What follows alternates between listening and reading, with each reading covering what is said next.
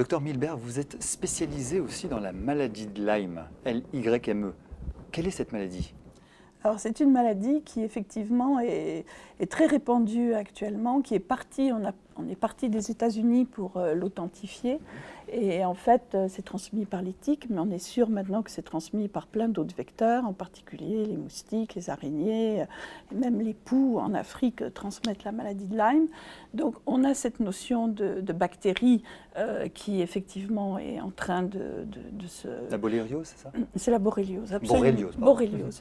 Et le problème, c'est qu'il y a énormément de souches, que ces pathologies sont répandues maintenant un peu partout à la surface de la Terre, avec des fois des pathologies de type simple, si vous voulez, avec, on a beaucoup parlé de l'érythème migrant, donc ça c'est reconnu, c'est traité, on vous dit 15 jours d'antibiotiques, pour moi c'est plus, mais en fait, si vous voulez, il y a très souvent une chronicisation de cette pathologie infectieuse, et c'est là le vrai problème, c'est-à-dire que pour l'instant, il n'y a pas de vraie reconnaissance, en tout cas en France, de cette pathologie de Lyme chronique. Donc il y a la phase aiguë, dont tout le monde a entendu parler, et la phase chronique qui donne, suivant les souches, des symptômes différents.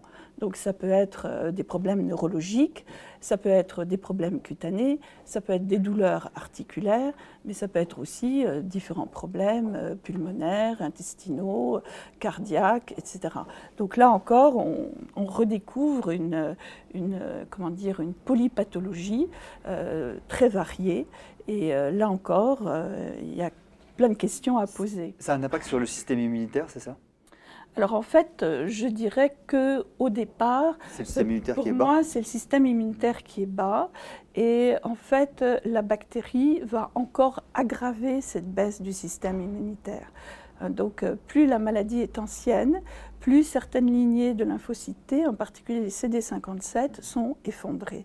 Donc ça nous permet d'avoir une idée de l'impact sur l'immunité de la pathologie et de savoir aussi l'ancienneté. Vous qui connaissez bien aussi les ondes électromagnétiques, les ondes ont un impact sur cette maladie? Elles potentialisent, elles déclenchent, elles affaiblissent le système immunitaire qui met en évidence?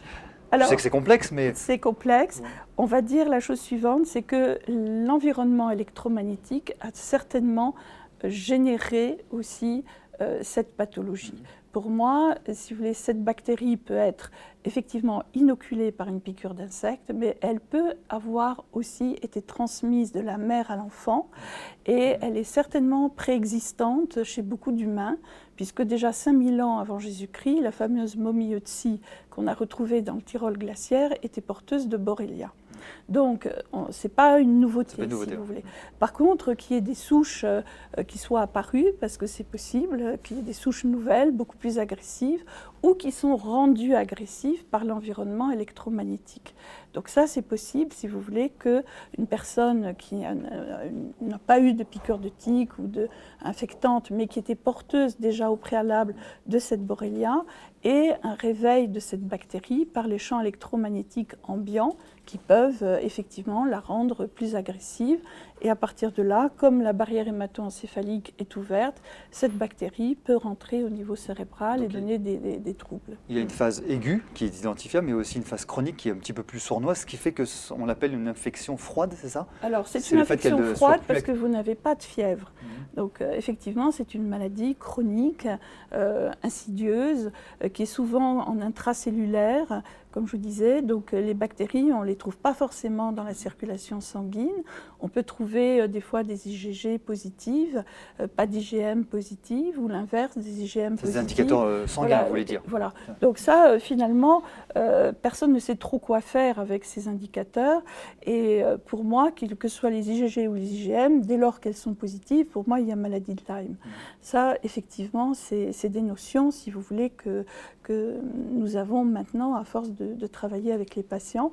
Et au niveau du dépistage, en France, nous n'avons pas les sérologies correctes qui ne dépistent pas toutes les souches. Donc, on est obligé de passer par un interrogatoire style Horowitz Oui, mais il n'y a pas de test sanguin? Il n'y a pas de Alors, test fiable? Pour l'instant, non. Non. Donc les tests, ce serait des PCR.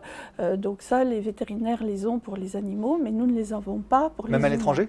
Il n'y a pas À de... l'étranger, vous avez ici en Belgique, en Allemagne, si bien sûr, hein, les PCR sont faites couramment, si vous voulez. Mais c'est des tests qui restent chers et difficiles à réaliser et qui n'ont pas une sensibilité extraordinaire. Par contre, quand ils sont positifs, c'est sûr qu'ils sont positifs.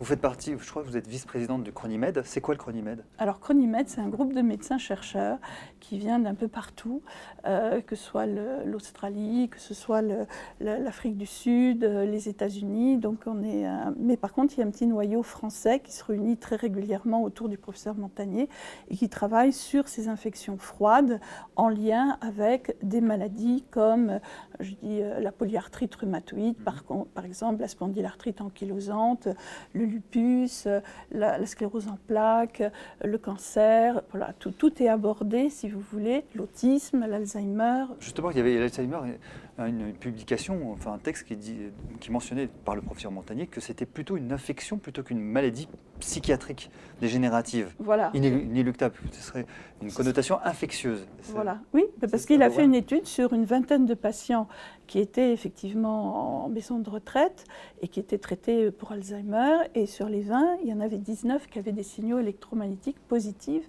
pour Borrelia. Il les a identifiés Donc grâce il les à a ces identifiés D'accord. grâce à ces signaux électromagnétiques. Il y a un traitement pour la maladie de Lyme? Alors, traitement pour la maladie de Lyme, on va dire qu'il y en a plein. Donc ça c'est la bonne nouvelle. Moi j'utilise quasiment pas les antibiotiques, j'utilise beaucoup les plantes. Et puis une hygiène de vie, donc ça c'est changement alimentaire, des huiles essentielles, des plantes. Suppression du sucre en particulier, suppression du lait de vache, pas de viande comment dire, crue, pas de poisson cru, éviter le café aussi, enfin tout ce qui acidifie. En tout cas il y a des possibilités.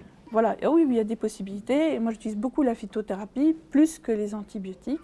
Par contre, les antibiotiques restent tout à fait indiqués dans des maladies qui sont très agressives, qui touchent le système nerveux ou chez l'enfant. Donc, on essaye de faire au maximum pour aider toutes ces personnes. Voilà. Docteur Miller, merci d'avoir répondu à nos questions. Merci.